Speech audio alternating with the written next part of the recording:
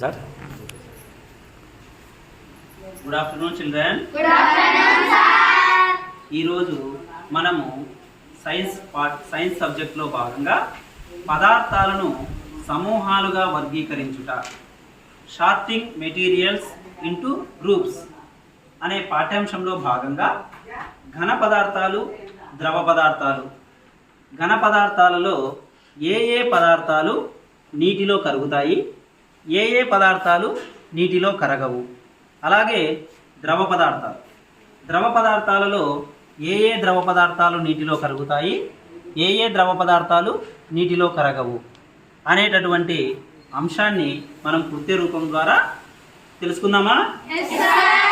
Very good. చూడండి ఇక్కడ ఒకసారి ఈ కృత్యాన్ని మనం నిర్వహించడానికి కావలసిన వస్తువులు ఏమిటి అంటే, బీకర్లుగా వాడుకోవడం కోసము కొన్ని గ్లాసులను తీసుకున్నాం. ఆ గ్లాసులలో 3/4 వంతు నీటిని తీసుకున్నాం. ఘన పదార్థాలుగా మనము ఇసుక,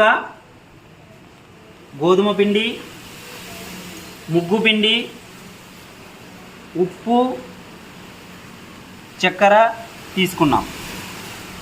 ద్రవ పదార్థాలుగా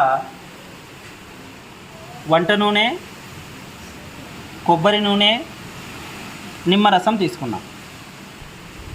మొదట ఘన పదార్థాలు, ఏ ఘన పదార్థాలు నీటిలో కరుగుతాయి, ఏ ఘన పదార్థాలు నీటిలో కరగవో మనము కొద్దిగా ఒక్కొక్క ఘన పదార్థాన్ని నీటిలో వేసి పరిశీలిద్దాం. మొదటగా చక్కెరను వేద్దాం.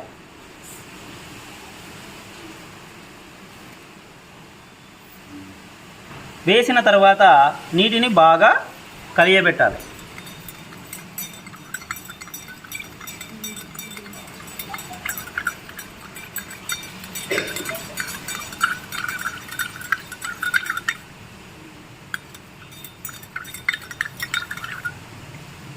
దీనిని ఒక 5 నిమిషాల పాటు అలాగే ఉంచుతాం. ఈలోపు మనము మిగిలిన పదార్థాలు నీటిలో వేద్దాం.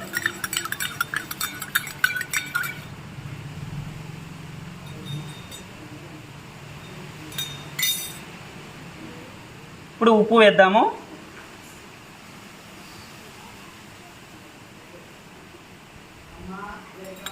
బాగా కలియబెట్టాలి.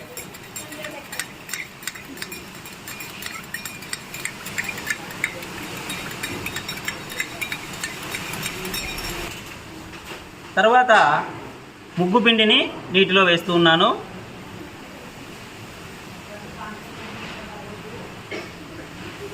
దానిని కలియబెడతాము.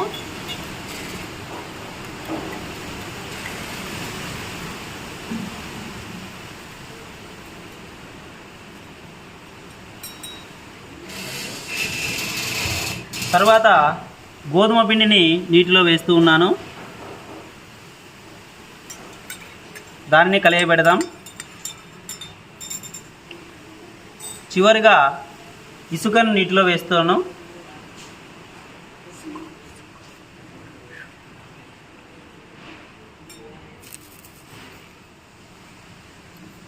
ఇలా అన్నింటినీ దాటిలో వేసిన తర్వాత నీటిలో బాగా కలియబెట్టాలి.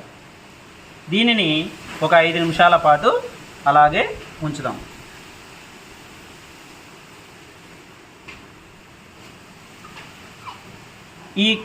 ఇవి కరిగేంత వరకు ఒక 5 నిమిషాల సమయం మనం వాటికి కేటాయించాలనుకున్నాం కదా.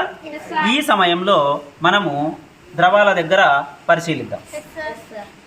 ద్రవాలలో మొదట నిమ్మరసాన్ని నీటిలో కలిపేస్తున్నాను.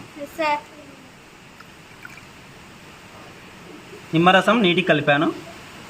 తర్వాత కొబ్బరి నూనెని నీటిలో వేస్తూ ఉన్నాను.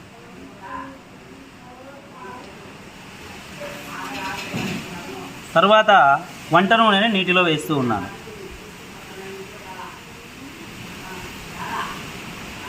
ఒకసారి మీరు బాగా గమనించినట్లయితే ఇక్కడ చూడండి, మనము ఈ నిమ్మరసము, కొబ్బరి నూనె, వంట నూనె వీటిని కూడా నీటిలో కలిపిన తర్వాత బాగా కలియబెడదాం.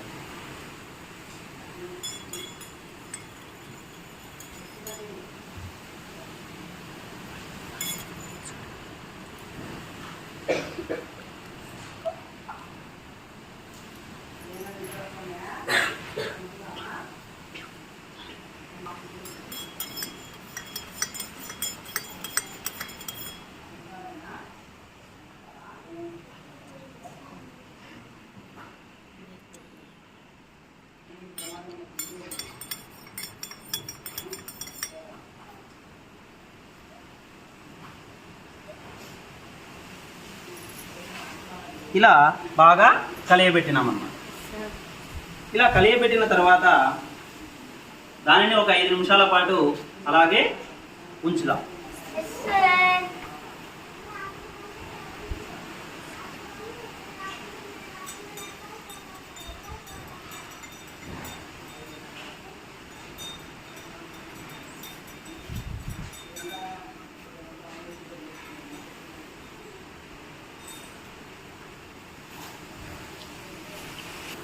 Ready sir.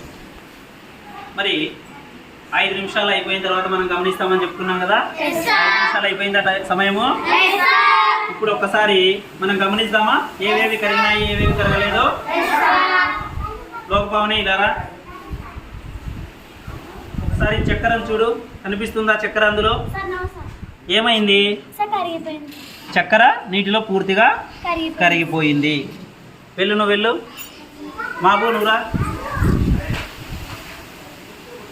ఉప్పు చూడు, ఈ నీటిలో ఉప్పు కనిపిస్తుందా నీకు? ఏమైంది? మనం వేసిన ఉప్పు నీటిలో పూర్తిగా కరిగిపోయింది. ఓకే, వెళ్ళు, నువ్వు వెళ్ళు. నెక్స్ట్ అభిలాష నువ్వురా. ఇక్కడ ముగ్గు పిండి వేసినాం కదా నీటిలో, కనిపిస్తుందా? అంటే ఏమైంది? నీటిలో కరిగిందా కరగలేదా? కరగలేదు. ముగ్గు పిండి నీటిలో కరగలేదు. వెళ్ళు, నువ్వు వెళ్ళు. షానవాజ్ రా. గోధుమ పిండి వేసాం కదా, ఈ నీటిలో నీకు గోధుమ పిండి కనిపిస్తుందా? నీటిలో కరిగిందా కరగలేదా? కరగలేదు. నువ్వు వెళ్ళు. రామా. షాను ఇక్కడ నీటిలో ఇసుక కనిపిస్తుందా? అంటే ఇసుక నీటిలో కరిగిందా కరగలేదా? కరగలేదు. చూడండి, ఇక్కడ మనము తీసుకున్నటువంటి ఘన పదార్థాలైనటువంటి సాలిడ్ సబ్స్టాన్సెస్ చక్కెర, ఉప్పు, ముగ్గు పిండి, గోధుమ పిండి, ఇసుక, ఈ 5 నీటిలో పూర్తిగా కరిగిన పదార్థాలు ఏంటివిమా? చక్కెర, ఉప్పు. కాబట్టి ఈ నీటిలో పూర్తిగా కరిగినటువంటి ఈ పదార్థాలని మనం ఏమంటామంటే soluble substances. Solid substances soluble అంటే చక్కెర, ఉప్పు ఇవి 2 నీటిలో పూర్తిగా కరిగిపోయాయి. కాబట్టి వీటిని సాల్యుబుల్ సబ్స్టాన్సెస్ అని అంటాము. ఓకేనా? Very good. పట్టుకోండి. ఇక్కడ చూడండి, ఇక్కడ మనకు గోధుమ పిండి, ముగ్గు పిండి, ఇసుక ఈ 3 నీటిలో కరిగిపోయాయా? కరగలేదు కదా. కాబట్టి వీటిని ఏమంటారంటే కరగని పదార్థాలు అంటాం. నీటిలో కరగని పదార్థాలు అంటాం. వాటిని ఇంగ్లీష్లో ఇన్సాల్యుబుల్ సాలిడ్స్ అని అంటాం అన్నమాట.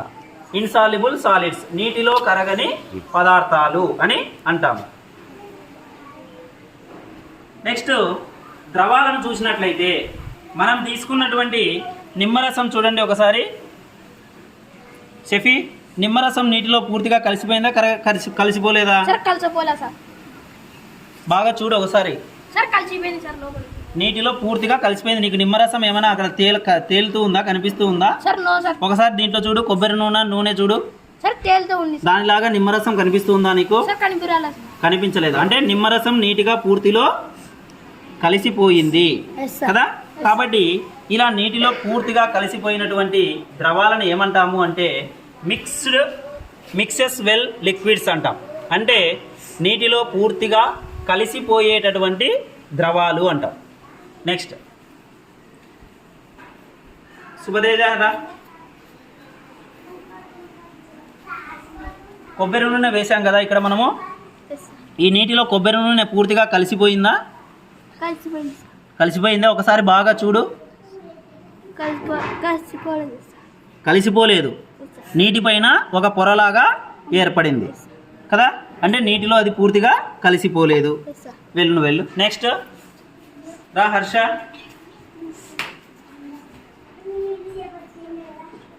వంట నూనె చూడు ఒకసారి, నీటిలో పూర్తిగా కలిసిపోయిందా వంట నూనె? కలిసిపోలేదు సార్.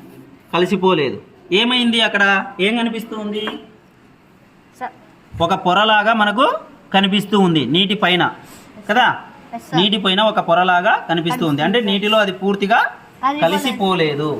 కాబట్టి నీటిలో పూర్తిగా కలిసిపోని ఈ పదార్థాలను ఏమంటారు అంటే డస్ నాట్ మిక్స్, అంటే నీటిలో పూర్తిగా కలిసిపోని ద్రవాలు అని అంటామన్నమాట. ఓకేనా? ఇది నీటిలో కరిగే ఘన పదార్థాలు, కరగని ఘన పదార్థాలు, నీటితో పూర్తిగా కలిసిపోయేటటువంటి ద్రవాలు, పూర్తిగా నీటిలో కరగని కలిసిపోని ద్రవ పదార్థాలు. ఇది ద్రవ పదార్థాలు, ఘన పదార్థాలకు సంబంధించినటువంటి నీటిలో కరిగే పదార్థాలు అనేటటువంటి అంశానికి సంబంధించినటువంటి కృత్యం. అందరికీ బాగా అర్థమైందా?